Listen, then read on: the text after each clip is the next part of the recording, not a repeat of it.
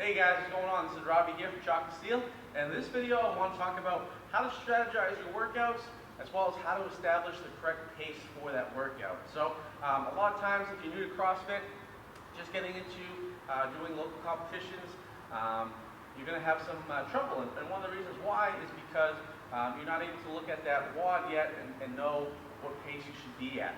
Okay? Every WOD, either you're going to be going all out, you're going to be pacing yourself, or you're going to be pace yourself even more because it's a long endurance WOD. So it's important that you learn how to recognize that WOD and take a look at it so you can see what your game plan is going into it. So just to kind of give you an example of three things here, I did three WODs I put on the board. Got Fran, got an 8-minute AMRAP, and then a Angie. So three different types of WODs, three different time domains, okay? But they're all very different in their own right. So if you are, take Fran for example, which is 21:15:9 thrusters and pull-ups. If I am doing Fran, okay, and I know that my ability, I'm able to do my pull-ups, butterfly pull-ups, I'm able to do kipping pull-ups, and then I also know my thruster weight at 95 pounds, or for the lady 65 pounds is fine, okay, and I know that I can go unbroken. All right, that is a workout I would not necessarily pace. Okay, my effort level will be very high, almost to the point of going all out. Okay, because Fran, if you're looking for that elite time, you're going to be in the 2.5 to 3 minutes. Okay, but anything under 4 would be a pretty good time for Fran. So that's what we're looking for: pacing yourself. If you're an elite athlete, or if you're in that higher level, okay, you're able to do those unbroken. That's when you're going to pace yourself. Okay. However, if you're not, all right, you're still working on your pull-ups, things like that, okay, you want to go and strategize through it. So if I were to strategize this, I know I can get 14 pull-ups in a row, drop down from the bar, quick break, and I go into my 7, that's something I want to do. Same as the thrusters, all right? If I know I can get 14 in a row, great, take a second, and go into my 7, all right? The worst thing you can do is if you know your ability, and you know that 14 is pushing it, and you want to rest and do 7, all right, you should not do 21 in a row, okay? Because then you're going to be hurt and do that set of 15 instead of set of 9, okay?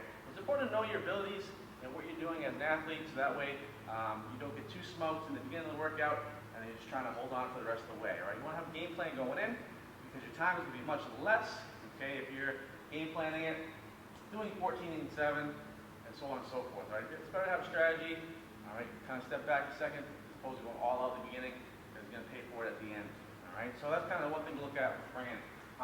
Now, this workout here a little tricky, okay? 8-minute AMRAPs, so 25 double unders, 8 power cleans, not heavy, 135, 95, and 8 lateral burpees, okay?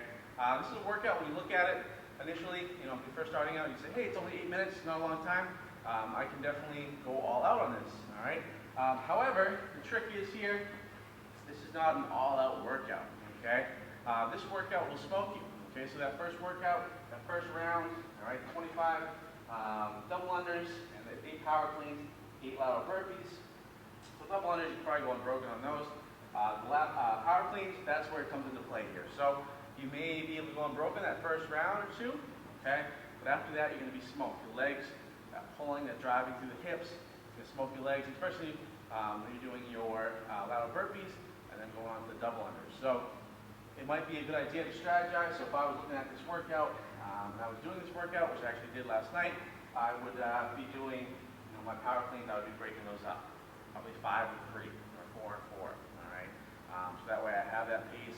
I'm not pushing it. I'm not redlining too quick in the workout because it is a long 8 minutes. Okay, so something to think about when it comes to strategizing and pacing yourself throughout your workout. Just know your ability and what you're doing. Okay, and of course, this workout here, Angie. All right, this is something. Depending on your level, all right, you're going to have to strategize. Most people are going to have to strategize because you're going to have to break up your pull-ups, you have to break up your push-ups, pretty much you have to break up everything, okay? So it's really important you go into it with a game plan, all right? So whether you're doing, sets of 10 on your pull-ups, okay, maybe getting a big chunk of pull-ups out of the way first, 20 to 30, and then breaking it up from there.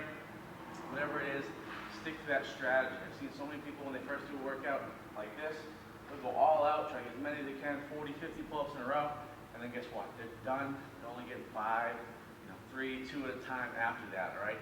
Which is just going to kill your time. So it's much better to go into it of a pace and a strategy as opposed to going all out in the beginning and just kind of winging it. All right. Same thing with the push-ups, sit-ups, and squats. Right.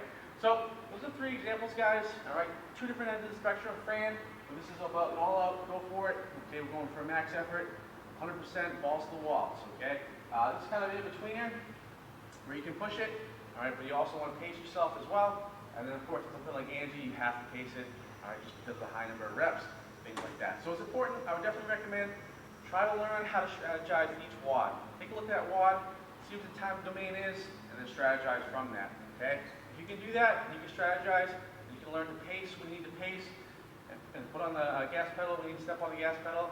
All right, you're going to become a much better athlete. You're going to see your times go down. All right, you're going to see your results go up. So that's it for now, guys. We will see you in the next video. I hope you have an awesome day.